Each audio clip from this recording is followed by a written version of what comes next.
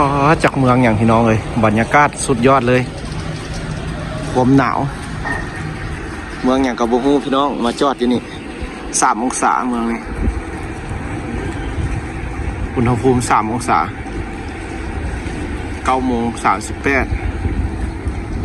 3 องศาความหนาว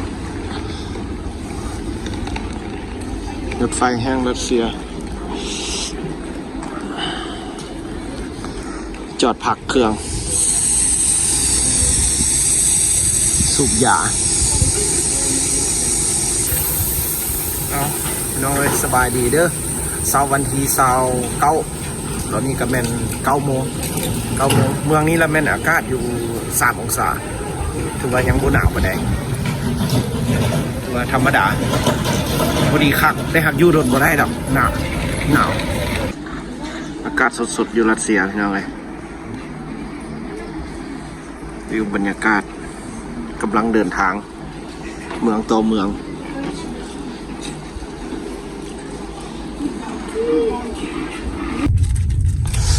หมดรอบหิวแล้วกิ๊กมาเนาะหิวได้นี่นะคุสนะ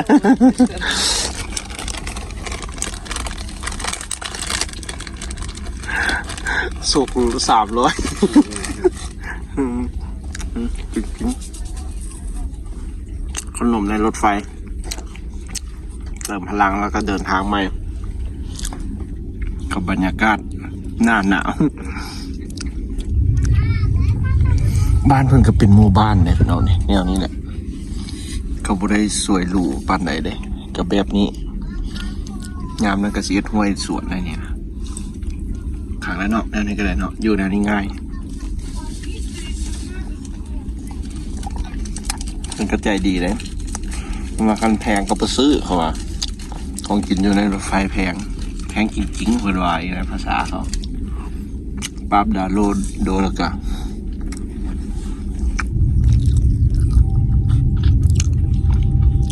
เนื่องจากเป็นโรงงานอย่างกระเดียกระดอก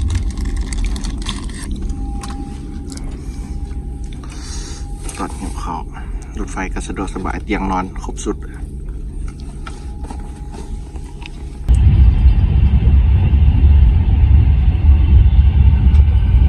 ตอนสวยของวันที่29บรรยากาศนอนหลายแล้วก็นั่งพี่น้องเอ้ยเมื่อยเจ็บหลังเจ็บเอวเคยขี่ดนนานปะเนี่ย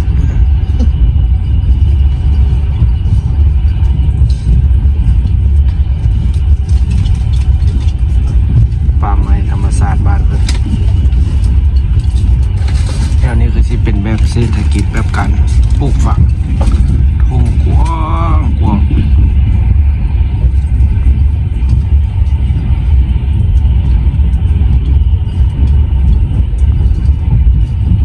สุดขั้วรัวตาเลย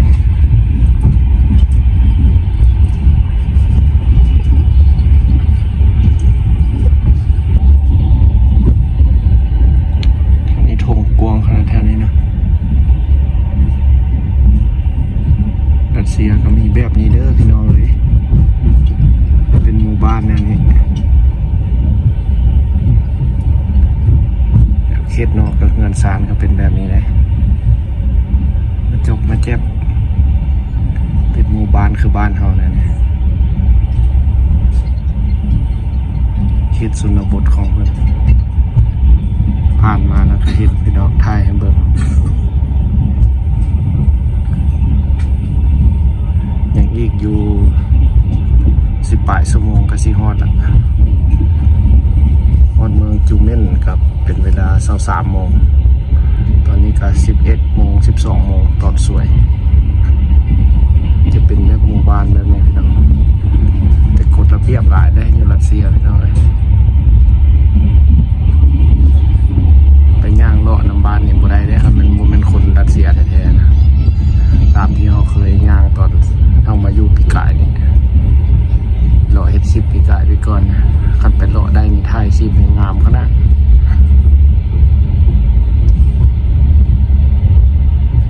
อยู่ตามเส้นทางเด้อพี่น้อยแผ่นดินอันกว้างใหญ่ไพศาลพี่น้องเอ้ยเพิ่นป่าให้วางเป่าอยู่สิแหละ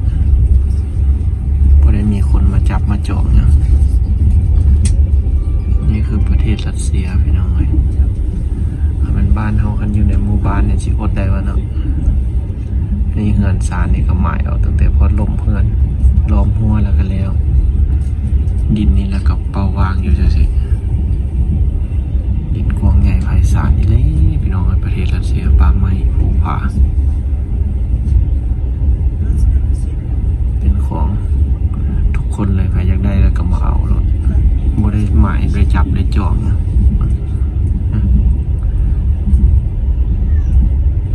บ่เฮ็ดให้เฮ็ดสวนบ่เห็นหยังเลยป่าสิแหละยาวอันลาดพี่น้องจนสุดขั้วลัวตาสัตว์ป่าคือสิหลายขนาดสัตว์ป่าเนี่ย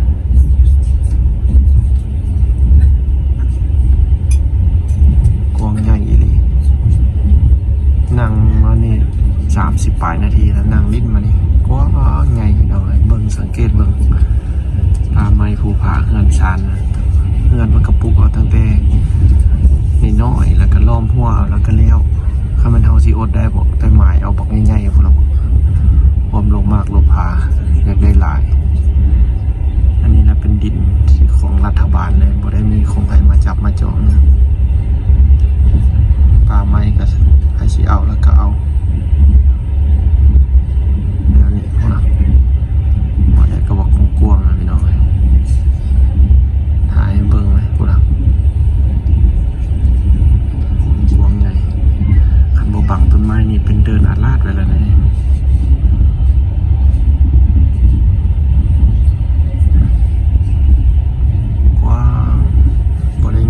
จับมาจองนะป่าว่างเปล่าจริงๆเลย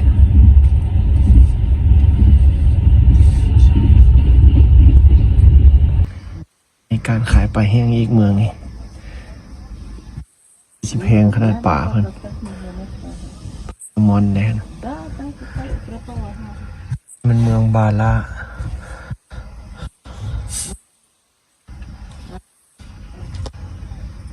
แม่พักสูบยา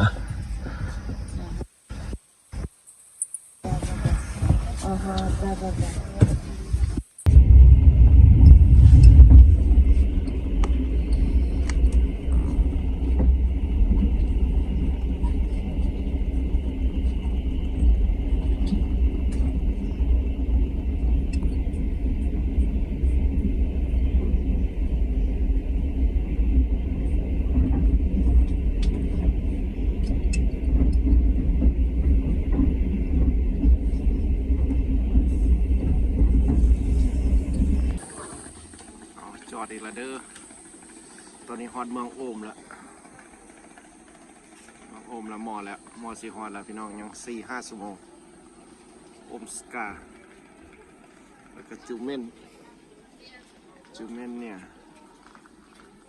รถจะพักอยู่ทุกเมืองจะใช้เวลาอยู่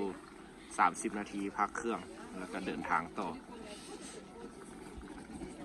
บรรยากาศสดๆตอนคลายแรงของรัสเซียเมืองโอมอีกเมืองหนึ่งของรัสเซียมอสีฮอนเมืองจูเม่นแหละสุดยอดสถานีรถไฟเพื่อน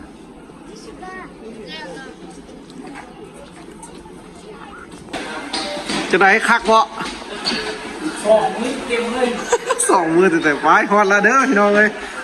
ฮอดเมืองเขาอยู่แล้วฮอดจูเม่นเนี่ยละคิดว่ามงมันเขาที่ได้ลงเพราะแม่ลงมงจริงโอ้ตาเด็กอีก2 ชั่วโมงแล้วตาวะโอ้ตาตู้นำมาฟุกเอาเมื่อกี้ที่อ่าวเมียนแล้ววะไปลุยฮอดแล้วเด้อพี่น้องเลยโอ้ทางลงเนี่ย